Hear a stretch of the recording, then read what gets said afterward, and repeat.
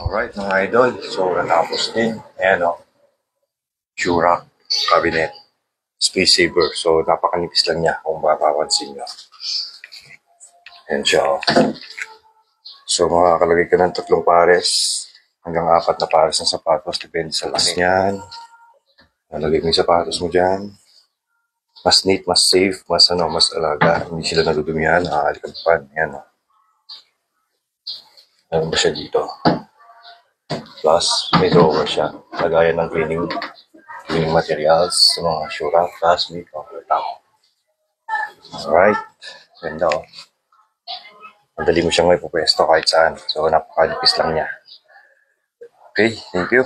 Okay mga idol, sa mga gusto mag-inquire, PM lang kayo sa Regis Woodworks. Yan. Regis Chico. At saka sa TikTok, Regis Woodworks. Yan.